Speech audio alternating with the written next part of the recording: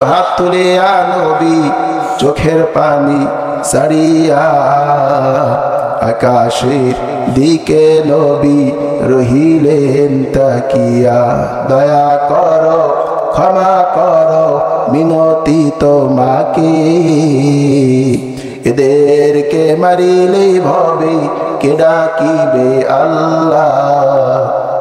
পাঠালেন খুশি হয়ে নিজে মাবুদ আল্লাহ, নিজে মাবুদ আল্লাহ। অহেদাত বাণী শুনে হেফিলতায় হেফিগত, নবীকে পাথর মেরে করিল জাহির খুন। মারে পাথর নাকে বুকে, মারে পাথর নাকে মুখে, নামা নিল আল্লাহ। পাঠালেন খুশি হয়ে নিজে মাবুদ আল্লাহ, নিজে মাবুদ আল্লাহ।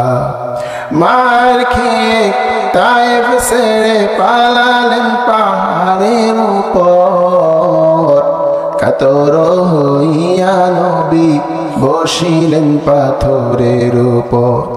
পাথরকে ডেকে বলে গোপনেতে আল্লাহ, বেদবি করিও না ইনি রাসূলুল্লাহ, ইনি রাসূলুল্লাহ। আমার ভাইরা, নবীজির ইসলাম প্রচার ছিল কেমন? জীবনে অত্যাচারিত হয়েছেন, আল্লাহর রাসূল শরীরে আঘাত প্রাপ্ত হয়েছেন, পাথরের আঘাত খেয়েছেন, এরপরেও আল্লাহর রাসূল প্রতিশোধ নেন নাই। আপনার এখান থেকে কিছু শিক্ষা নেওয়া দরকার। এই মাহফিল আয়োজন তো হয়েছে এজন্য কিছু কোরআনের কথা শুনবো, কিছু হাদিসের কথা শুনবো, এটার উপর আমল করে জিন্দেগি কাটাবো, ঠিক কিনা বলেন? ঠিক। আল্লাহর হাবিব বলেন, এক নাম্বার হলো তাকওয়াল্লাহ। যার মধ্যে আল্লাহর তাকওয়া আছে, আল্লাহর ভয় আছে, যার মধ্যে পরহেজগারিতা বেশি, এই শ্রেণীর মানুষ সবচেয়ে বেশি আল্লাহর জান্নাতে যাবে। এক নাম্বার হলো তাকওয়াল্লাহ ওয়া হুসনুল খুলুক। যার চরিত্র সুন্দর সে হলো ফার্স্ট কাতারের জান্নাতে। সুবহানাল্লাহ বলেন, আল্লাহু আকবার বলেন। এক নম্বরের জান্নাতি, ফার্স্ট ক্লাস জান্নাতি তারা যাদের মধ্যে আল্লাহর ভয় আছে, যাদের চরিত্রটা বড় সুন্দর। চরিত্র সুন্দর করতে গেলে, তাকওয়া অবলম্বন করতে গেলে দুনিয়ার কোন চোরের অনুসরণ করলে চরিত্র সুন্দর হবে না। চরিত্র যদি সুন্দর করতে হয় একজন চরিত্রওয়ালা মানুষকে অনুসরণ করতে হবে। আমার ভাইরা, আম্মা জান আয়েশা সিদ্দিকা রাদিয়াল্লাহু আনহা আল্লাহর রাসূলের ইন্তেকালের পরে কিছু সাহাবায়ে কেরাম আম্মা জান আয়েশার কাছে গেলেন, ডাক দিয়ে বলেন, আম্মা জান আয়েশা, আমরা রাসূলের জীবনী সম্পর্কে কিছু জানতে চাই। আপনি আমাদেরকে আমার দয়ার নবী রাহমাতুল লিল আলামিন নবীর জীবনের কিছু আদর্শ, কিছু চরিত্র, কিছু তার জীবনী আমাদেরকে আলোচনা করে শোনান। আম্মা জান আয়েশা বলেন, ও নবীর সাহাবীরা, তোমরা কি কোরআন পড়ো নাই? তোমরা কি কোরআনের বয়ান শুনো নাই? আমার নবীর 63 বছরের হায়াতের জীবনটা হলো এই কোরআন। সুবহানাল্লাহ, সুবহানাল্লাহ। কানা খুলুকুল কোরআন। আল্লাহর নবীর চরিত্রটা ছিল এই কোরআন। নবী ছিলেন বাস্তব একটা কোরআন, অর্থাৎ এই কোরআনে আল্লাহ পাক যে নীতি, যে আদর্শ দিয়েছেন, সব আদর্শ আমার রাসূল নিজে পালন করে উম্মতকে এগুলি শিক্ষা দিয়ে গেছেন। সুবহানাল্লাহ। আল্লাহ তাআলা বলেন, ওয়া ইন্নাকা লাআলা খুলুকিন আযীম। আল্লাহ পাক নবীর চরিত্র এত সুন্দর দিয়েছিলেন, রাসূলের মতো এত সুন্দর চরিত্রওয়ালা মানুষ আসমানের নিচে, জমিনের উপরে আর দ্বিতীয় একজনকেও পাঠান নাই। সুবহানাল্লাহ, সুবহানাল্লাহ। নবীর চরিত্র এত সুন্দর ছিল যে নবীর অনুসরণ করার জন্য আল্লাহ তাআলা বলেছেন, দুনিয়াতে আল্লাহ রাব্বুল আলামিন 1,24,000 পয়গম্বর প্রেরণ করেছেন। সমস্ত নবীদেরকে আল্লাহ তাআলা বিশেষ বিশেষ কিছু মুজিজা, কিছু নিয়ামত আল্লাহ তাআলা দিয়েছেন।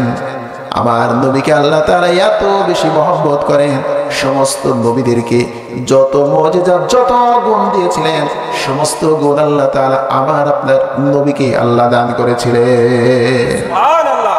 এই কারণে আল্লাহ তাআলা বলেন, বান্দাকে বুঝাইতে চান, বান্দা যদি একজন আদর্শবান ব্যবসায়ী হতে চাও, হযরত খাদিজাতুল কুবরা রাদিয়াল্লাহু আনহা তার ব্যবসা করেছিলেন যে মহামানব, সেই মানবকে তোমরা অনুসরণ করো। একজন সফল রাষ্ট্রনায়ক হতে চাও, মদিনার রাষ্ট্রনায়ক মুহাম্মদুর রাসূলুল্লাহকে অনুসরণ করো। রাজ্য বিজয় করার পরে, ক্ষমতা আসার পরে জনগণের সঙ্গে কি ব্যবহার করতে হবে, এই আদর্শ যদি শিখতে চাও, ফাতহে মক্কা যে মহামানব বিজয় করেছিলেন সেই মহামানবের জীবন পড়ো। তুমি যদি একজন স্বামী হিসাবে স্ত্রীর কাছে আদর্শবান হতে চাও, হযরতে আয়েশা, হযরতে খাদিজাতুল কুবরার স্বামী যিনি ছিলেন, ওই স্বামীর জীবনী পড়ো, ওই স্বামীর আদর্শ পড়ো, আদর্শবান স্বামী হইতে পারবা। আল্লাহ তাআলা বলেন, আমার নবীকে আমি বহু গুণে গুণান্বিত করে পাঠিয়েছি। আজকে সমাজের মধ্যে কিছু মানুষ বলে আমরা সমাজের মধ্যে নবীওয়ালা কাজ করি, নবীর দাওয়াতের কাজ করে থাকি। আমি আমার মুসল্লিদেরকে বলবো, আমার মুসলমান ভাইদেরকে, মুরব্বী বাবাদেরকে বলবো, এই কোরআন যদি সত্য হয়, রাসূলের জীবন সত্য না মিথ্যা? সত্য। নবীজি আম্মা জান আয়েশা বলেন, কানা খুলুকুল কুরআন, নবীর জীবনীটা হলো এই কোরআন। এই কোরআন অনুযায়ী আল্লাহর রাসূল তার জীবন পরিচালনা করেছেন। দাওয়াতি কাজ নবীওয়ালা কাজ। নবীরা সমস্ত নবী পয়গম্বর দুনিয়াতে এসেছেন। আল্লাহ তাআলা বলেন, ওয়া ইম মিন উম্মাতিন ইল্লা খালা ফিহা নাযীর। আল্লাহ তাআলা প্রতিটা উম্মতের জন্য একজন সতর্ককারী প্রেরণ করেছেন। এ কারণে কোন কোন নবী এসে নিজ নিজ সম্প্রদায়কে দাওয়াত দিয়েছেন। ওয়া ইলা আদিন আখাহুম শুআইবা ওয়া ইলা আদিন আখাহুম হুদা ওয়া ইলা মাদিয়ানা আখাহুম শুআইবা ওয়া ইলা সামুদা আখাহুম সালিহা। সব নবীরা নিজ নিজ সম্প্রদায়কে লক্ষ্য করে ডাক দিয়ে বলেছেন, উবুদুল্লাহ, ইবাদত করবে একজনের, তিনি কে? আরো যারা বলেন তিনি কে? আমার নবী তো কোনো সম্প্রদায়ের নবী না, আমার নবী তো শুধু বাংলাদেশের মানুষের নবী না, আমার নবী শুধু মক্কার নবী না, আমার নবী শুধু মদিনার নবী না, আমার নবী তো আউয়ালের নবী, আখিরের নবী, আমার নবী তো আরবের নবী, আমার নবী আজমিদের নবী, আমার নবী যখন নবী দুনিয়াতে আগমন করেছিলেন ওই সবার মানুষের নবী, পরবর্তীতে যারা আসবেন সব মানুষের নবী। এই কারণে আল্লাহ তাআলা বলেন, কুল ইয়া আইয়ুহান নাসু ইন্নী রাসূলুল্লাহি ইলাইকুম জামিআ। সব মানুষের জন্য, শুধু মানুষ না, সব মাখলুকের জন্য আল্লাহ পাক আমার নবীকে রাহমাতুল লিল আলামিন নবী হিসাবে, রাসূল হিসাবে দুনিয়াতে পাঠিয়েছেন। বলেন সুবহানাল্লাহ। এই কারণে আল্লাহ তাআলা নবীকে বলেছেন, আপনি মানুষদের দাওয়াত দেন। সর্বপ্রথম আল্লাহ তাআলা হাবিবকে বললেন, হাবিব, প্রথমে আপনি নিজের বংশের লোকদেরকে দাওয়াত দেন, নিজের পরিবারকে দাওয়াত দেন। ওয়া আনদির আশীরাতাকা আল-আকরাবিন, নবী পরিবারের লোকদেরকে দাওয়াত দিয়েছেন। এরপরে আল্লাহ তাআলা ব্যাপকভাবে যখন দাওয়াতের কাজের জন্য বললেন, আল্লাহ তাআলা নবীকে বললেন, ইয়া আইয়ুহান নাস উবুদু রাব্বাকুমুল্লাযী খালাকাকুম ওয়াল্লাযীনা মিন ক্বাবলিকুম লাআল্লাকুম তাত্তাকুন। নবীজি মানুষকে দাওয়াত দিয়েছেন, ইয়া আইয়ুহান নাস, ইয়া আইয়ুহান নাস। কোন নাস মানুষ, এরা সমগ্র বিশ্বে যত মানুষ আছে সব মানুষকে লক্ষ্য করে রাসূল কারীম সাল্লাল্লাহু আলাইহি ওয়াসাল্লাম দাওয়াতের মিশন পরিচালনা করেছেন, দাওয়াত দিয়েছেন, সব মানুষকে ডাক দিয়েছেন আর বলেছেন, উবুদুল্লাহ, ইবাদত একজনের হবে, তিনি কে? আর জোরে বলেন, তিনি কে? আপনাদের খারাপ লাগতেছে? আর কিছুক্ষণ কোরআনের কথা বললে থাকবেন তো ইনশাআল্লাহ? ইনশাআল্লাহ।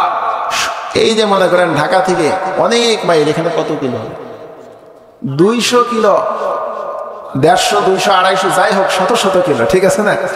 এই যে লম্বা একটা জার্নি, লম্বা একটা সফর করে একজন অতিথি, একজন মেহমান আসলো আপনাদের সামনে কিছু কোরআনের মুজাকারা করার জন্য। আগামীকাল আপনারা সবাই থাকবেন, মাহফিল থাকবে না, আলোচক থাকবে না, এই পরিবেশও থাকবে না, থাকবে যদি কিছুক্ষণ আলোচনার সুযোগ হয়, হয়তো 10 মিনিট, 20 মিনিট, আধা ঘন্টা, এরপরে তো আর না। এতটুকু সময়কে আমরা দ্বীনের জন্য, কোরআনের মহব্বতে, আল্লাহর মহব্বতে আমরা দিতে পারবো না ইনশাআল্লাহ? ঈমানদার তো তারাই, আল্লাযীনা আমানু আশাদ্দু হুব্বান লিল্লাহ। ঈমানদারের অন্তরে দুনিয়ার সব মাখলুকের চেয়ে আল্লাহর মহব্বত সবচেয়ে বেশি। যার অন্তরে আল্লাহর মহব্বত আছে, ব্যবসার চেয়ে যদি আল্লাহর মহব্বত থাকে, ব্যবসা ফেলে কোরআনের মজলিসে বসে থাকবে, স্ত্রী ফেলে কোরআনের মহব্বতে বসে যাবে, বন্ধু ফেলে কোরআনের মহব্বতে বসে যাবে। তার কারণ প্রকৃতপক্ষে ঈমানদারের অন্তরে বন্ধুর চেয়ে, রাজনীতির চেয়ে, বিবির চেয়ে, সন্তানের চেয়ে, ব্যবসা বাণিজ্যের চেয়ে আল্লাহর মহব্বত, কোরআনের মহব্বত সবচেয়ে বেশি। চিল্লায় বলেন ঠিক কিনা? আমার ভাইয়েরা, আল্লাহ রাব্বুল আলামিন তার হাবিব সাল্লাল্লাহু আলাইহি ওয়াসাল্লামকে বললেন, বন্ধু আমার, মানুষকে তাওহীদের দাওয়াত দেন। নবী সব মানুষকে তাওহীদের দাওয়াত দিতে শুরু করলেন। কথাগুলি খুব গুরুত্ব দিয়ে শুনবেন। আমার নবী রাহমাতুল লিল আলামিন, নবী কেমন, আদর্শওয়ালা মানুষ কেমন। আপনি টুপিওয়ালা হওয়ার পরে ওই নবীর অনুসরণ করা লাগবে, কারণ নবীর অনুসরণ প্রকৃতপক্ষে আমার আল্লাহর অনুসরণ। কারণ আল্লাহ তাআলা বলেন, মাইয়ুতির রাসূল ফাকাদ আতা আল্লাহ। যে ব্যক্তি আমার রাসূলকে অনুসরণ করলো, মানলো, সে আমি আল্লাহকেই মেনে নিল। যারা রাসূলকে অনুসরণ করলো তারা আল্লাহকেই অনুসরণ করলো। আল্লাহর হাবিব সাল্লাল্লাহু আলাইহি ওয়াসাল্লাম কিভাবে ইসলামের দাওয়াত দিয়েছেন, তাওহীদের পক্ষে কতটা অবস্থান ছিল, ভূমিকা ছিল আমার রাসূলের। আমার নবী সাল্লাল্লাহু আলাইহি ওয়াসাল্লাম এমন একটা সময়, আইয়ামে জাহিলিয়াতের জমানায়, মক্কা যখন পাপাচারে নিমজ্জিত, আল্লাহর হাবিব সাল্লাল্লাহু আলাইহি ওয়াসাল্লাম নতুন ধর্মের দাওয়াত দেন। কাফের মুশরিকরা, কুরাইশরা আল্লাহর রাসূলের উপরে ক্ষিপ্ত হয়ে গেল।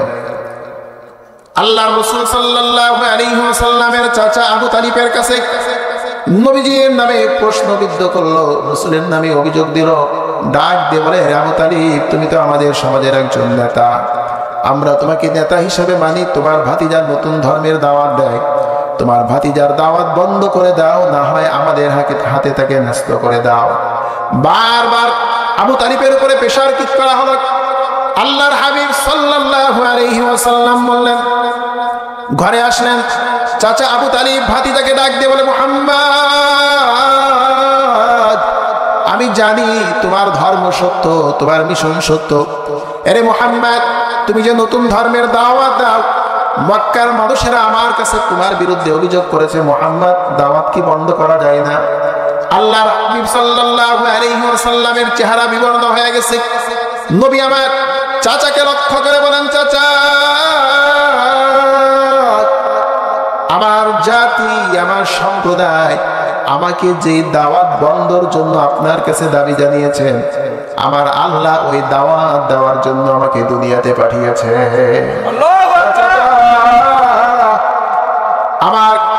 আমার জাতি, আমার কুরাইশ সম্প্রদায়, আমার মক্কার লোকেরা শুধু প্রস্তাব কেন, আমার এক হাতে যদি চন্দ্র এনে দেয়, অপর হাতে যদি সূর্য এনে দেয়, আর বলে, মুহাম্মদ, তুমি কালিমার দাওয়াত বন্ধ করে দাও।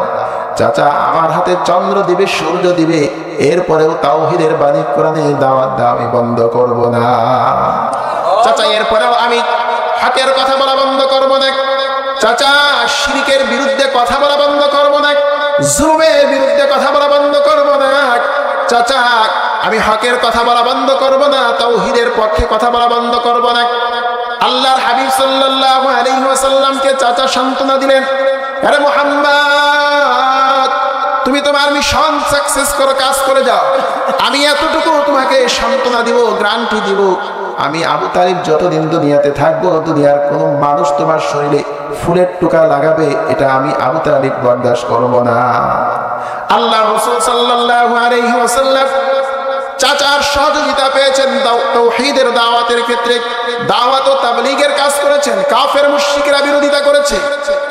বাহিরে যখন দাওয়াত দিতে গিয়েছেন, কাফের মুশরিকরা অকথ্য ভাষায় গালমন্দ করেছে, কষ্ট দিয়েছে। আল্লাহর রাসূলের চাচা আবু তালিব সান্ত্বনা দিয়েছেন। আম্মা জান খাদিজাতুল কুবরা রাদিয়াল্লাহু আনহা ঘরে নবীজিকে সান্ত্বনা দিয়েছেন। আল্লাহর হাবিব সাল্লাল্লাহু আলাইহি ওয়াসাল্লামের চাচা যখন ইন্তেকাল করলেন, হযরতে খাদিজাতুল কুবরা নবীজির সহধর্মিণী ইন্তেকাল করলেন। সাপোর্ট দেওয়ার মতো আর রাসূলের পাশে কেউ নাই। মক্কার মানুষ এবার প্রকাশ্যে আল্লাহর রাসূলের বিরোধিতা শুরু করে দিল। আল্লাহর রাসূলের শরীরে আঘাত করতে শুরু করে দেয়। নবী যখন রাস্তায় চলে ধুলাবালিগুলি আবর্জনাগুলি আমার রাসূলের শরীরে মারে, থুতু নিক্ষেপ করে। আমার রাসূল যখন নামাজে দাঁড়াইয়া যায়, রাসূলের মাথার উপরে, রাসূলের পিঠের উপরে উটের নাড়ি বুড়িগুলি চাপিয়ে দেয়, রাসূলকে হত্যা করার ষড়যন্ত্র করে। আল্লাহর হাবিব সাল্লাল্লাহু আলাইহি ওয়াসাল্লাম স্বজাতিকে কালিমার দাওয়াত দিয়েছেন। আল্লাহর হাবিব সাল্লাল্লাহু আলাইহি ওয়াসাল্লাম তাদের অত্যাচারে অতিষ্ঠিত হয়ে গেলেন। নবীজি মনে মনে চিন্তা করলেন, আমার জাতি, আমার সম্প্রদায়ের লোকেরা বুঝি আমার দাওয়াত গ্রহণ করতে চায় না। আল্লাহর রাসূল মনে বড় আশা নিয়ে, আল্লাহর রাসূল বড় আশা নিয়ে চিন্তা করলেন, মক্কার পার্শ্ববর্তী একটি শহর রয়েছে, যে শহরকে তায়েফ শহর বলা হয়। আল্লাহর রাসূল বললেন, তায়েফ শহর এটা আমার আত্মীয়দের শহর, কারণ তায়েফ শহরের পার্শ্ববর্তী একটি গ্রাম রয়েছে, বনি সাকিব গোত্রে আল্লাহর রাসূল দুগ্ধ পান করেছেন, সেই দিক দিয়ে কিছু আত্মীয় রয়েছে। তায়েফের একজন লিডার, একজন নেতা কুরাইশ বংশের মেয়েকে বিবাহ করেছিলেন, আত্মীয়তার বন্ধন রয়েছে। আল্লাহর হাবিব মনে মনে চিন্তা করলেন, দুই দিক দিয়ে তায়েফের মানুষ আমার আত্মীয়, এই কারণে আমি নিয়ত করেছি, বড় আশা করেছি, মক্কার কুরাইশেরা হয়তো আমার কালিমার দাওয়াত গ্রহণ করে নাই, তায়েফের যুবকেরা আমাকে ফিরাইয়া দিবে না। আল্লাহর রাসূল মনে বড় আশা নিয়ে হযরতে যায়েদ ইবনে হারেসাকে সাথে নিয়ে তায়েফের শহরে আল্লাহর হাবিব সাল্লাল্লাহু আলাইহি ওয়াসাল্লাম চলে গেলেন। গোপনে প্রকাশ্যে 10 দিন দাওয়াত ও তাবলীগের কাজ করলেন। আল্লাহর হাবিব দাওয়াত দিয়েছেন, ও তায়েফবাসী, তোমরা পড়ো লা ইলাহা ইল্লাল্লাহ। ও তায়েফবাসী, তোমরা পড়ো লা ইলাহা ইল্লাল্লাহ। তোমরা শিরিক করো না, এক আল্লাহর গোলামি করো। আল্লাহর হাবিব দাওয়াত দিয়েছেন। আল্লাহর হাবিব তায়েফের বড় বড় 3 জন লিডারের কাছে, নেতার কাছে কালিমার দাওয়াত নিয়ে গেলেন। প্রথম নেতা বলল, মুহাম্মদ, তুমি যদি নবী হয়ে থাকো, রাসূল হয়ে থাকো, আল্লাহ যেন বাইতুল্লাহর গিলাফটা সরিয়ে দেন। নবীজিকে তিরস্কার করে প্রথম নেতা কথা বলল, আল্লাহর রাসূলের দাওয়াত গ্রহণ করে নাই। দ্বিতীয় লিডারের কাছে, দ্বিতীয় নেতার কাছে নবীজি তাওহীদের বাণী নিয়ে গেলেন, কোরআনের দাওয়াত নিয়ে গেলেন। দ্বিতীয় নেতাও বলল, আরে মুহাম্মদ, সমাজের মধ্যে আমরা এত বিত্তবান ব্যক্তি আছি, আমরা এমন সম্পদশালী, আমরা এত বড় বড় নেতা, নবী বানানোর জন্য আল্লাহ বুঝি তোমাকে ছাড়া আর কাউকে পাই নাই, তোমার দাওয়াত গ্রহণ করা হবে না, যাও মুহাম্মদ, বের হয়ে যাও। তৃতীয় আরেকজন ব্যক্তির কাছে আল্লাহর হাবিব কালিমার দাওয়াত নিয়ে গেলেন। তৃতীয় ব্যক্তিও বলল, মুহাম্মদ, আমি তোমার সঙ্গে কথা বলে সময় নষ্ট করতে চাই না রে মুহাম্মদ, কারণ আমি চিন্তা করে দেখেছি, তুমি যে দাওয়াত দাও, তোমার দাওয়াত যদি সত্য হয়, তোমার বিরোধিতা করা আমার জন্য বিপজ্জনক হবে। আরে মুহাম্মদ, তোমার দাওয়াত যদি মিথ্যা হয়, তোমার দাওয়াত যদি মিথ্যা হয়, একজন মিথ্যাবাদীর সঙ্গে কথা বলে আমি আমার সময় নষ্ট করতে চাই না, মুহাম্মদ চলে যাও। আল্লাহর হাবিব 10টা দিন তায়েফের ময়দানে তাওহীদের দাওয়াত দিয়েছেন। আল্লাহর হাবিব সাল্লাল্লাহু আলাইহি ওয়াসাল্লামের বিরোধিতা করেছিল তায়েফবাসী। 3 নেতা যুবকদেরকে নিয়ে দিল, ও তায়েফের যুবকেরা, তোমাদের শহরে কুরাইশের একজন যুবক আব্দুল্লাহর ছেলে মুহাম্মদ তোমাদের শহরে আসছে। এ তায়েফের যুবকেরা, যাও যাও যাও, আব্দুল্লাহর ছেলে মুহাম্মদকে পাথর মেরে মেরে তায়েফ থেকে তাড়িয়ে দাও। দুষ্ট ছেলেরা, তায়েফের সন্ত্রাসী ছেলেরা হাতের মধ্যে পাথরের টুকরাগুলি নিয়ে আল্লাহর হাবিব সাল্লাল্লাহু আলাইহি ওয়াসাল্লাম, যার শরীরে মশা মাছি পর্যন্ত পড়তো না, যিনি ছিলেন রাহমাতুল লিল আলামিন, দয়ার সাগর নবী আমার, আল্লাহ তাআলা যার জন্য এই কুল কায়নাতকে এত সুন্দর করে সাজাইলেন, তায়েফের যুবকেরা আল্লাহর রাসূলের এত সুন্দর সুন্দর শরীরের উপরে পাথরগুলি মারতেছে।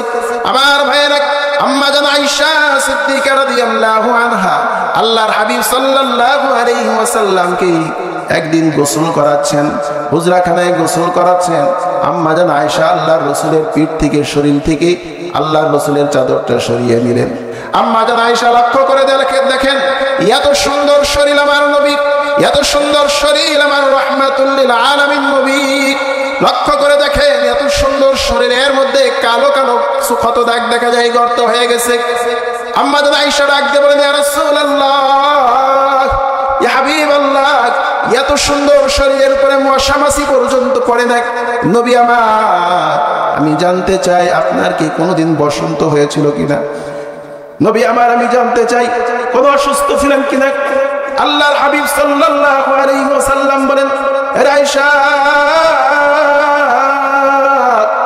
আজকে তুমি আমার কষ্টের দিনের কথা স্মরণ করিয়ে দিয়েছো আয়েশা। এটা কোনো বসন্তের দাগ না, এটা কোনো অসুস্থতার দাগ না আয়েশা। আয়েশা আমি যখন কুরাইশবাসীকে কালিমার দাওয়াত দিয়েছি, কুরাইশবাসী আমার দাওয়াত গ্রহণ করে নাই। আমি বড় আশা নিয়ে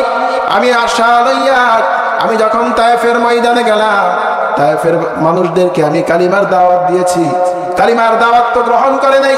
তায়েফের দুষ্ট যুবক ছেলেরা দলবদ্ধ হইয়া পাথরের টুকরাগুলি নিয়ে আমার নবী রাহমাতুল লিল আলামিনের শরীরে বৃষ্টির মতো পাথরগুলি নিক্ষেপ করতেছে। আল্লাহ রাব্বুল আলামিন কুল কায়নাত সমস্ত মাখলুক আসমানের ফেরেশতাগুলি আশ্চর্য হয়ে গেছে, নীরব হয়ে গেছে। রাহমাতুল লিল আলামিনের শরীরে পাথরের আঘাত, আল্লাহর রাসূলের এই দৃশ্য দেখে ফেরেশতারা পর্যন্ত বরদাস্ত করতে পারে না। আল্লাহর হাবিব সাল্লাল্লাহু আলাইহি ওয়াসাল্লাম তায়েফের যুবকদের নির্মম অত্যাচার অতিষ্ঠিত হয়ে পাথরের আঘাতে আমার নবী দাঁড়িয়ে থাকতে পারেন না। শরীর ক্ষত বিক্ষত হয়ে গেছে, শরীর থেকে রক্তগুলি ঝরতেছে। নবী আমার দাঁড়িয়ে থাকতে পারেন না, হাত পা গুলি কাঁপতেছে। তায়েফের জমিনে আল্লাহর রাসূল পড়ে গেছেন, গড়াগড়ি করতেছেন, আর ডাক দিয়ে বলেন, ও তায়েফের যুবকেরা, আমি এতিম মুহাম্মদ, তোমরা আমার শরীরে পাথরের আঘাত কইরো না। আমি এতিম মুহাম্মদ, দুনিয়াতে আমার মা নাই, আমার বাবাও নাই। আমি এতিম মুহাম্মদ কালিমার দাওয়াত নিয়ে এসেছি। আমি তোমাদের কল্যাণ চাই, আমাকে পাথর মাইরো না। আমি পাথরের যন্ত্রণা, পাথরের আঘাত আমি মুহাম্মদ আর সইতে পারি না। তায়েফের যুবকেরা আল্লাহর হাবিবের দুইখানা হাত ধরে ধরে উঠাইয়া দেয় আর বলে, মুহাম্মদ বের হয়ে যাও, আর তোমাকে পাথর মারবো না। আল্লাহর রাসূল আবার সামনের দিকে অগ্রসর হয়। পিছন দিক থেকে আবার তায়েফের যুবকেরা হাতে তালি লাগাইয়া আবার রাসূলকে লক্ষ্য করে করে তারা পাথরগুলি নিক্ষেপ করে। নবী আমার সহ্য করতে পারেন না, বারবার অনুরোধ করে, দাও তায়েফের যুবকেরা, আমি এতিম মুহাম্মদ, আমাকে আর কত পাথর মারবা, আমি পাথরের আঘাত সইতে পারি না। আল্লাহর হাবিব সাল্লাল্লাহু আলাইহি ওয়াসাল্লামকে তায়েফের যুবকেরা নিষ্ঠুরের মতো, সন্ত্রাসীদের মতো পাথর নিক্ষেপ করে করে আল্লাহর হাবিবকে তায়েফ নগরী থেকে বের করে দিলেন। নবী আমার মক্কার 3 মাইল দূরে অবস্থিত উতবা সাইবা রবিয়ার বাগানে আল্লাহর রাসূল অবস্থান করলেন। আল্লাহর হাবিব ব্যথিত অন্তর নিয়ে আল্লাহর কাছে অসহায়তা নিয়ে আল্লাহর কাছে ফরিয়াদ করে অন্তরের ব্যথাগুলি আল্লাহর কাছে বলছেন, ওগো দয়ার মালিক আল্লাহ, ওগো আরশের মালিক আল্লাহ, আমি জানতে চাই আমার এই ত্যাগের পরেও তুমি আমার উপরে রাজি আছো কিনা, খুশি আছো কিনা। আল্লাহ রাব্বুল আলামিনের কুদরতিদের সহ্য হয় না। তার কারণ আল্লাহ তাআলা বলেন, হাবিব আমার, দুনিয়ার সব মাখলুকের চেয়ে, সব মানুষের চেয়ে আমি আল্লাহ আপনাকে সবচেয়ে বেশি ভালোবাসি গো নবী। আপনার শরীরের রক্ত আমি আল্লাহর কুদরতি দিলে সহ্য হয় না। আল্লাহ তাআলা বলেন, হে ফেরেশতা, আমার হাবিব মুহাম্মদুর রাসূলুল্লাহ সাল্লাল্লাহু আলাইহি ওয়াসাল্লামের কাছে যা। পাহাড়ের নিয়োজিত ফেরেশতা আল্লাহর হাবিবের কাছে আসলেন, রক্তগুলি মুছিয়ে দিয়ে ডাক দিয়ে বলেন, ইয়া রাসূলুল্লাহ, ইয়া হাবিবাল্লাহ, আপনার এই করুণ দৃশ্য আল্লাহ পাক সইতে পারে না গো নবী। ইয়া রাসূলুল্লাহ, আল্লাহ তাআলা আমাকে পাঠিয়েছেন পাহাড়ের নিয়োজিত ফেরেশতা নবী, আপনি যদি অনুমতি দেন, আজকে যারা আপনার উপরে জুলুম করেছে, অত্যাচার করেছে, সব মানুষকে আজকে তায়েফের পাহাড়ের চাপা দিয়ে সকলকে ধ্বংস করে দিব, সকলকে নিঃশেষ করে দিব, মাটির সঙ্গে মিশিয়ে দিব। ইয়া রাসূলুল্লাহ, একবার অনুমতি দেন, যারা আপনার উপরে জুলুম করেছে, অত্যাচার করেছে, অবিচার করেছে, আল্লাহ পাক আজকে কাউকে ছাড় দিবেন না, সব তায়েফবাসীকে আজকে জমিনের সঙ্গে মিশিয়ে দেওয়া হবে। কেমন দয়ার নবী আমার, কেমন মায়ার নবী আমার, কেমন রাহমাতুল লিল আলামিন নবী আমার। ডাক দিয়ে বলে, ওগো দয়ার মালিক আল্লাহ, আরশের মালিক আল্লাহ, তুমি যদি তায়েফবাসী আযাব দিয়ে ধ্বংস করে দাও, ও আল্লাহ, বলো কাদের কাছে কালিমার দাওয়াত নিয়ে যাব। আয় আল্লাহ, তায়েফের মানুষেরা আমি মুহাম্মদকে চিনে নাই, আমি মুহাম্মদকে তারা চিনে নাই। তারা যদি আমি মুহাম্মদকে চিনতো, তারা যদি বুঝতো আমি মুহাম্মাদুর রাসূলুল্লাহর শরীরে তারা পাথর মারতো না। খোদার মালিক আল্লাহ, আমার মন বলে তায়েফে এই মানুষগুলি যদি ঈমান আনে নাই, এদের বংশধর থেকে এমন কিছু মানুষ আসবে যারা তোমার কোরআন তেলাওয়াত করবে, যারা তোমার দ্বীনের দায়ী হবে, যারা তোমার কালিমা পড়বে, যারা সুবহানাল্লাহ বলবে, যারা আলহামদুলিল্লাহ বলবে, যারা আল্লাহু আকবার বলে বলে তোমার বরত্ব বর্ণনা করবে। আল্লাহ রব্বুল আলামিন, আল্লাহুম্মা হাদাল কওম, আল্লাহুম্মা হাদাল কওমি ফাইন্নাহুম লা ইয়ালামুন। আয় আল্লাহ, তায়েফবাসী বুঝে নাই আমি মুহাম্মদকে এই জন্য মারছি, তারা যদি বুঝতো আমি মুহাম্মাদের শরীরে পাথর মারতো না। অগদার মালিক আল্লাহ, তায়েফের মানুষদের উপরে আযাব দিও না, তাদেরকে মাফ করে দাও, তাদেরকে হেদায়েত দিয়ে দাও। আল্লাহ তাআলা বলেন, এই কারণেই তো আমি আমার নবীকে বলেছি রাহমাতুল লিল আলামিন, ওমা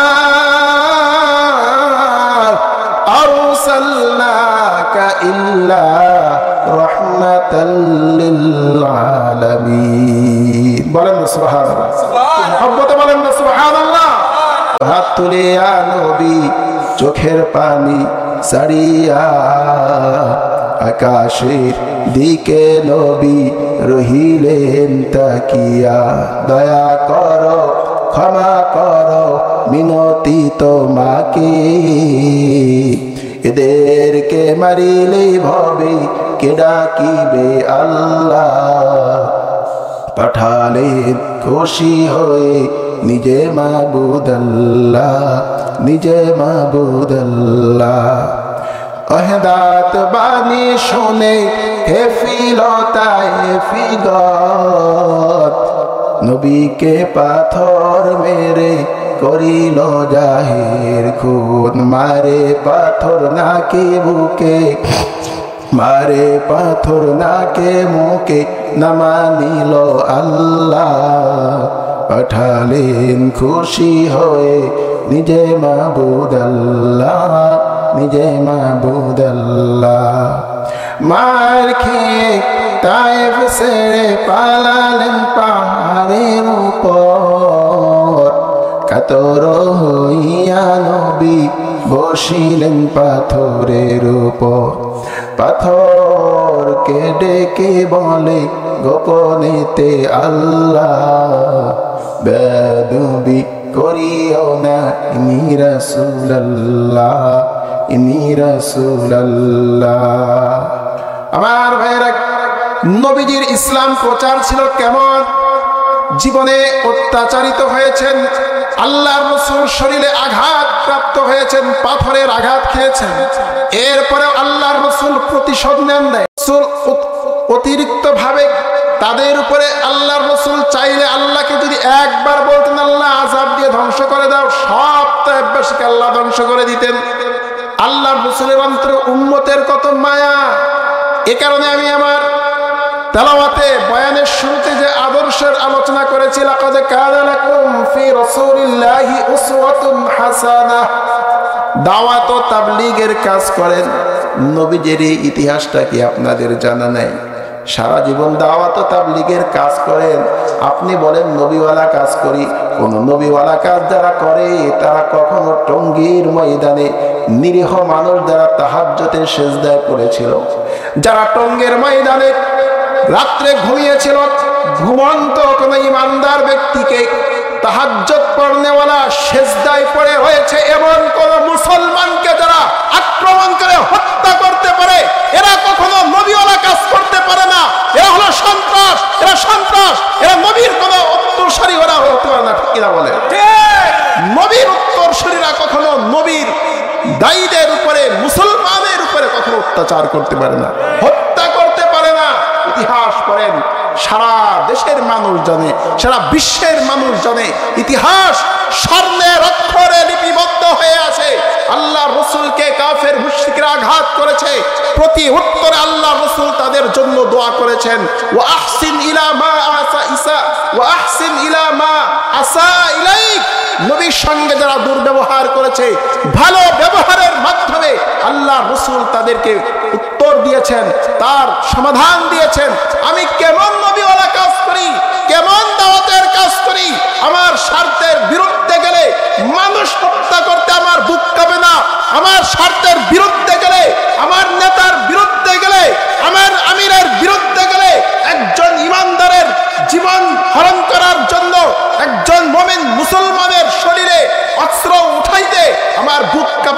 আমি কখনো নবীওয়ালা কাজ করার দাবি করতে পারি না, দাবি করতে পারি না, দাবি করতে পারি না, ঠিক কিনা বলে?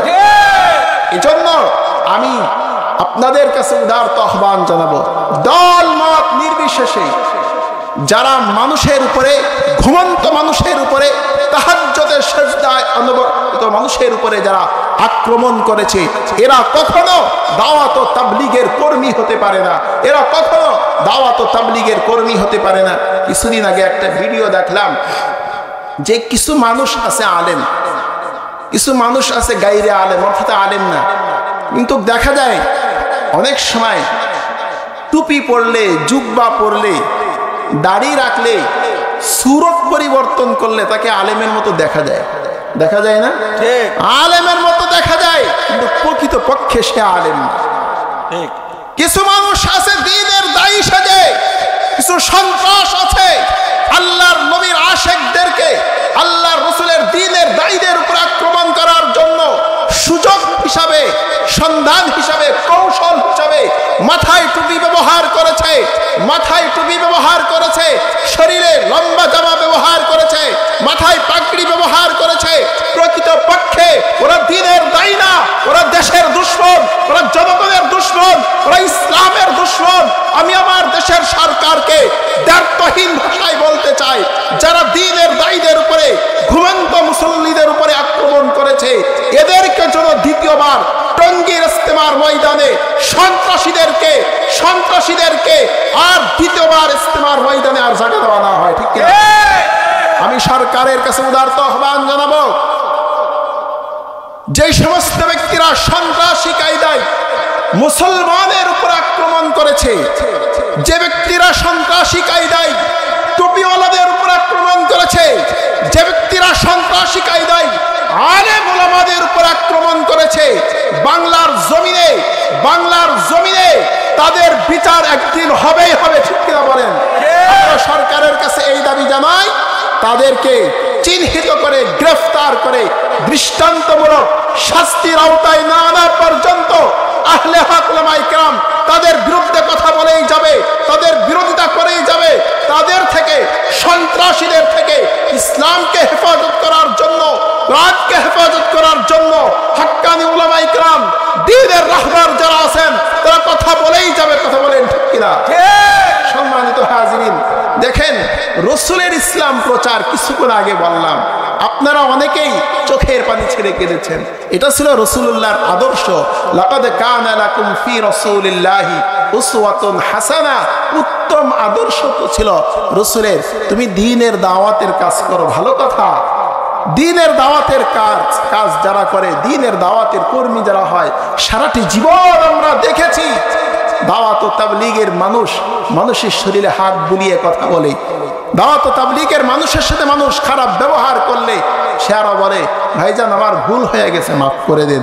এটা ছিল দাওয়াত ও তাবলীগের প্রকৃত পক্ষে যারা দায়ী, তাদের আখলাক, তাদের ব্যবহার। সন্ত্রাসের মতো যারা ব্যবহার করে, এরা কোনো দ্বীনের দায়ী হতে পারে না, ঠিক কিনা বলে?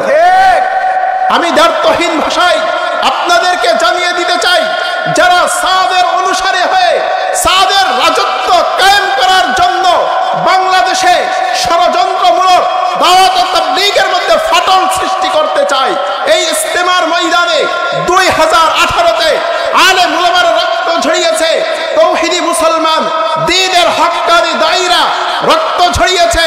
তায়েফের ময়দানে আল্লাহর রাসূল রক্ত ঝরিয়ে নবীজির ইসলাম প্রতিষ্ঠা করেছেন, নবীজির ইসলাম প্রতিষ্ঠা হয়েছে। সুতরাং তাই ইস্তেমার ময়দানে আলেম ওলামারা রক্ত ঝরিয়েছেন, দাওয়াতে তাবলীগের সাথীরা রক্ত ঝরিয়ে এটা প্রমাণ করেছে সাদের গুমরাহি তাবলীগ, সাদের গুমরাহি ইসলাম টঙ্গীর ইস্তেমার ময়দানে বাস্তবায়ন হবে না। নবীর ইসলাম, রাসূলের ইসলাম, সাহাবীদের ইসলাম টঙ্গীর ময়দানে বাস্তবায়ন হবে, ঠিক কিনা বলেন? আল্লাহ রাব্বুল আলামিন আমাদের সকলকে কথাগুলির উপর আমল করার তৌফিক দান করেন। আপনাদেরকে কষ্ট দিয়ে ফেললাম, অনেক লম্বা সময় হয়ে গেছে। আপনারা বেজার হয়েছেন? অনেকেই বলবে যে হুজুর সারা বয়ানের শুরুর থেকে তো সুন্দর সুন্দর কথা বললেন, শেষে এসে আবার রাজনীতির আলোচনা করলেন। এদিকে রাজনীতির আলোচনা করলাম না। দাওয়াতের সাথে, ইসলামের দাওয়াত দিতে গেলে আমার রাসূলের আদর্শের সাথে মিল থাকা দরকার আছে না নাই? কোরআনের সাথে মিল থাকা দরকার আছে না নাই? কোরআন কি হত্যার পক্ষে না বিপক্ষে? আল্লাহ তাআলা বলেন, মান কাতালা নাফসান বিগাইরি নাফসিন আও ফাসাদিন ফিল আরদ ফাকান্নামা কাতালান নাস জামিআ। নিরপরাধ একজন মানুষকে যদি কোনো ব্যক্তি হত্যা করে, রব্বুল আলামিন বলেন সে গোটা বিশ্ববাসীকে যেন হত্যা করল। নিরপরাধ একজন মানুষকে হত্যা করে গোটা বিশ্বের মানবতাকে যারা হত্যা করে, এরা দিনের দায়ী হতে পারে না। এরা জাতীয় সন্ত্রাস, এরা আন্তর্জাতিক সন্ত্রাস। বাংলাদেশ থেকে এই সন্ত্রাসের গ্রুপ, এই সন্ত্রাসী সংগঠন সমস্ত মসজিদ থেকে বিতাড়িত করা দরকার, বিতাড়িত করা সময়ের দাবি, ঠিক কিনা বলে? সুতরাং আমরা ইসলাম মানব, ইসলাম শুনব। উলামায়ে কেরামের পক্ষে থেকে, উলামায়ে কেরামের পক্ষে কোরআনের হাদিসের কথার মাধ্যমে ইসলাম শুনব, ইসলাম মানব। রাজি আছেন? কারা কারা রাজি আছেন? আল্লাহু আকবার। দেখেন, আমি এখনই আলোচনা শেষ করে দিব, আপনারা বিরক্ত হয়েন না, এখনই আলোচনা শেষ করব।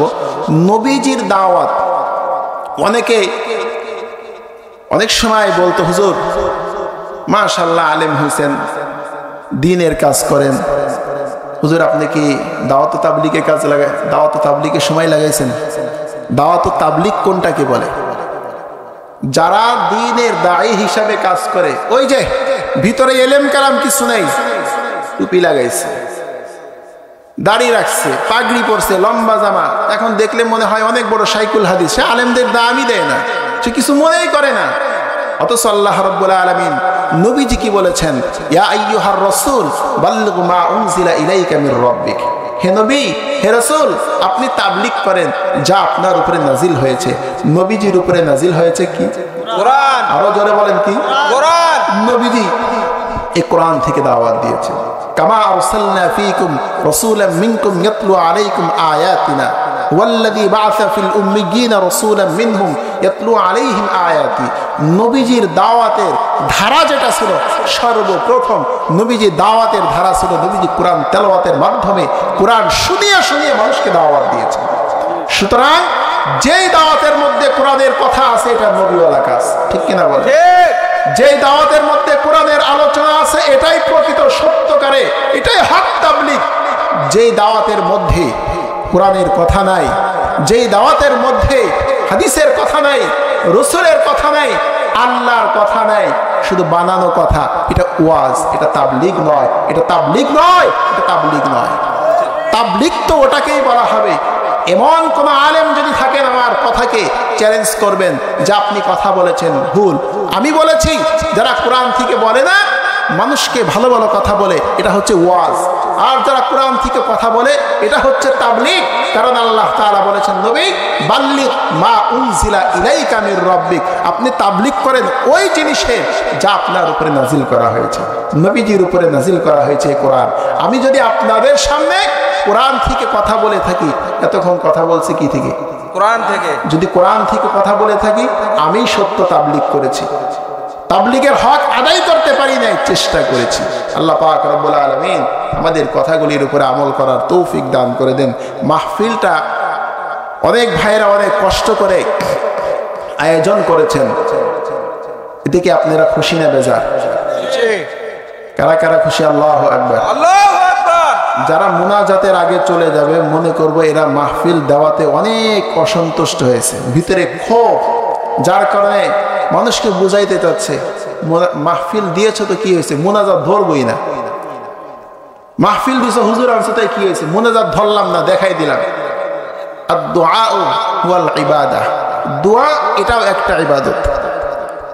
আমরা অনেক সময় বলি শেষ ভালো যার সব ভালো। সারা জীবন আল্লাহর বান্দা গুনাহ করেছে, অপরাধ করেছে, নাফরমানি করেছে, মৃত্যুর সময় যদি একবার বলতে পারে লা ইলাহা ইল্লাল্লাহ, সারাটি জীবনের গুনাহ মাফ, আল্লাহ পাক তাকে জান্নাত দিয়ে দিবেন। এতক্ষণ আমরা ওয়াজ শুনলাম, শেষে আমরা যখন দোয়ার মধ্যে আমিন আমিন আমিন বলবো, এখানে অনেকগুলি আল্লাহর বান্দা বসে আছে। আপনি কি মনে করেন সবাই আপনার মতো মিথ্যা কথা বলে? আপনি কি মনে করেন সবাই আপনার মতো ফজরের নামাজ না পড়ে ঘুমাই থাকে? এখানে এমনও অনেক আল্লাহর বান্দা আছে, আপনার চোখে মানুষটা সাধারণ, কিন্তু আল্লাহ পাকের দরবারে মানুষটা কিন্তু অসাধারণ। হতে পারে ওই অসাধারণ ব্যক্তির এই কালো দুইটা হাতের ওসিলায় আল্লাহ পাক আপনার জীবনের সমস্ত গুনাহ মাফ করে দিতে পারে। এই জন্য আমরা দোয়া শেষ না করে এখান থেকে যাব না, রাজি আছি ইনশাআল্লাহ? দেখেন, যদি ইসলামের প্রতি মহব্বত থাকে, কোরআনের প্রতি মহব্বত থাকে, অনেক এখানে যারা আছেন সবাই সচেতন, সবাই জ্ঞানী, সবাই বিবেকবান। আপনাদেরকে বিভিন্নভাবে আটকানোর কোনো প্রয়োজন নেই। আল গিনা গিনান নাফস, নবীজি বলেছেন সবচেয়ে ধনী ব্যক্তি হচ্ছে ওই ব্যক্তি যার মনটা বড়। সম্পদ আছে অনেক, কিন্তু মনটা পুঁটি মাছের মতো, সে ধনী না। কিছু বান্দা আছে তার সম্পদ নাই। আল্লাহ রসুল সাল্লাল্লাহু আলাইহি ওয়াসাল্লাম তাবুকের যুদ্ধের সময় সাহাবায়ে কেরাম রিদওয়ানুল্লাহি আলাইহিম আজমাইনদেরকে লক্ষ্য করে বলতেছেন, ও সাহাবীরা, যুদ্ধের জন্য প্রস্তুতি নাও, আর তোমাদের যার যা কিছু আছে যুদ্ধের ময়দানের জন্য তোমরা শরীক থাকো, অংশগ্রহণ করো। সাহাবায়ে কেরাম সকলে যার যার সামর্থ্য অনুযায়ী, তৌফিক অনুযায়ী অংশগ্রহণ করছেন। এক সাহাবী তার সম্পদের 4 ভাগের 1 ভাগ, কোন সাহাবী সম্পদের 3 ভাগের 1 ভাগ, কোন সাহাবী সম্পদের 2 ভাগের 1 ভাগ, এভাবে যার যতটুকু সামর্থ্য আছে সে ততটুকু এখানে অংশগ্রহণ করেছেন। আল্লাহ রসুলের আশেক সাহাবী হযরতে আবু বকর সিদ্দিক রাদিয়াল্লাহু আনহু বললেন, ইয়া রাসূলুল্লাহ, একটু সময় দেন, আমি ঘর থেকে বাড়ি থেকে আসতেছি। হযরতে আবু বকর সিদ্দিক রাদিয়াল্লাহু আনহু ঘর থেকে সামান্য কয়েকটা আসবাব নিয়ে আসলেন, একটা বস্তার মধ্যে এনে নবীজির সামনে উপস্থিত করলেন। পরিমাণে খুবই অল্প, অন্য সাহাবীদের দানের তুলনায় সবচেয়ে নিম্নমানের দান ছিল সেটি। আল্লাহ রসুল বললেন, আবু বকর, অন্য সাহাবীদেরকে বললেন, সাহাবী কি দান করেছ? অন্য সাহাবী বললেন, ইয়া রাসূলুল্লাহ, এতটুকু দান করেছি, এতটুকু ঘরে রেখে এসেছি, এতটুকু দিয়েছি, এতটুকু নিজের কাছে আছে। আবু বকরকে বললেন, আবু বকর, কি দান করেছ তাবুকের যুদ্ধের জন্য? আল্লাহর নবীর আশিক সাহাবী হযরতে আবু বকর বললেন, ইয়া রাসূলুল্লাহ, ইয়া হাবিবাল্লাহ, আমি যতটুকু পেরেছি আমি এখানেই সব এনে দিয়েছি। আমার ঘরে আল্লাহর রাসূল ছাড়া আর কাউকে রেখে আসি নাই, সব এনে আপনার কদমে উপস্থিত করে দিয়েছি। যদিও দান ছিল সামান্য, আল্লাহর রাসূল বললেন, আজকের এই দানের মধ্যে ফার্স্ট হয়েছে আমার আবু বকর। বলেন সুবহানাল্লাহ। আপনার তৌফিক আছে কম, আরেকজনের তৌফিক আছে 10,000 টাকা দেওয়ার, আপনার তৌফিক আছে 10 টাকা দেওয়ার। আপনি তো বলতে পারবেন, আল্লাহ ওকে ধনী বানাইছে, 10,000 টাকা দিছে, আমাকে তুমি ধনী বানাও নাই, আমি 10 টাকা দিছি, তাই বলে 10 টাকার সওয়াব দিবা? না, মানবো না আল্লাহ, তুমি 10,000 টাকার সওয়াব তোমার দেওয়া লাগবে। আল্লাহকে যদি বান্দা বলে, আল্লাহ দিতে বাধ্য থাকবেন। আল্লাহ বলবেন, ওকে তো গরিব আমিই বানাইছি, ওর তো মন দিয়েছিলাম, ওকে যদি আমি ধনী বানাইতাম ও বান্দাও 10,000 দিত। ও বান্দাকে আমি গরিব বানাইছি, ও বান্দাকে আমি গরিব বানিয়েছি।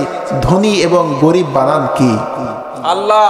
আল্লাহ পাকের কাছে বলবেন, আল্লাহ যেহেতু গরিব বানাইছো এই কারণে কম দিছি, ধনী বানাইলে তো আমি বেশি দিতাম, হযরত ওসমানের মতো দান করতাম, ধনী বানাইলে ধনীদের মতো লাখ লাখ টাকা খরচ করতাম, ধনী বানাও নাই, তৌফিক যতটুকু ছিল ততটুকুই দিছি। আমি আর আপনাদের সামনে ওয়াজ করব না, আপনাদের সামনে কি বুঝাইতে চাই এটাও আপনাদের বুঝতে বাকি নাই। মাহফিলের অনেক খরচ, মসজিদের জন্য ঠিক আছে নাকি? মসজিদের জন্য না মাহফিলের জন্য?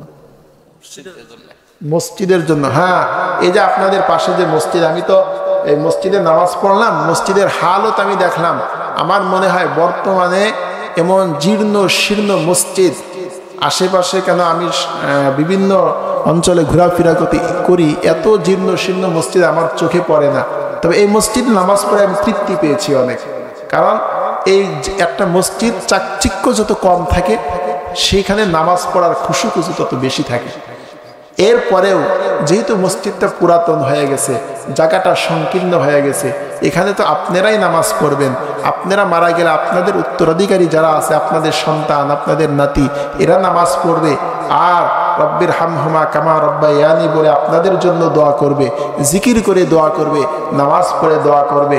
নবীজি বলেছেন, ইদা মাতাল ইনসান ইনকাতা আমালুহু ইল্লা মিন সালাস, মানুষ যখন মারা যায় আর কোনোদিন আপনারা এই তাফসির মাহফিলে বসতে পারবেন না, মানুষ যখন মারা যাবে আর কোনোদিন মসজিদে নামাজে যেতে পারবে না, মানুষ যখন মারা যায় তার জিকিরের সওয়াব বন্ধ হয়ে যায়। মানুষ মারা গেলে নামাজের সওয়াব বন্ধ হয়ে যায়।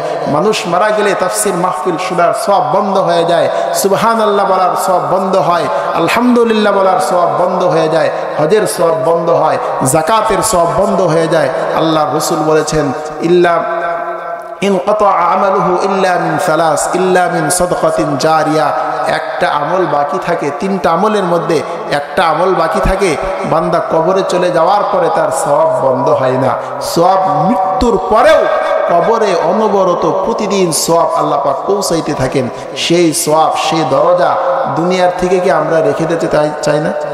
চাই। আমাদের মৃত্যুর পরে যদি আমাদের এমন একটা সওয়াব, এমন একটা নেকির সিলসিলা জারি থাকে, আমি নামাজ পড়বো না, তবে কবরেও আমার কবরে নামাজের সওয়াব যাবে। আমি হজ করব না, কবরে আমার হজের সওয়াব যাবে। আমি তাফসীর মাহফিলে আর বসার সুযোগ পাবো না, কোরআনের মাহফিলের সওয়াব আমার কবরে পৌঁছে যাবে। এই কারণে সদকায়ে জারিয়ামূলক কিছু কাজ করে থুয়ে যাওয়া, মসজিদ বানানো, মাদ্রাসা বানানো, জনকল্যাণমূলক কিছু কাজ করে থুয়ে যাওয়া। এই মসজিদটা যদি আপনারা একটু করে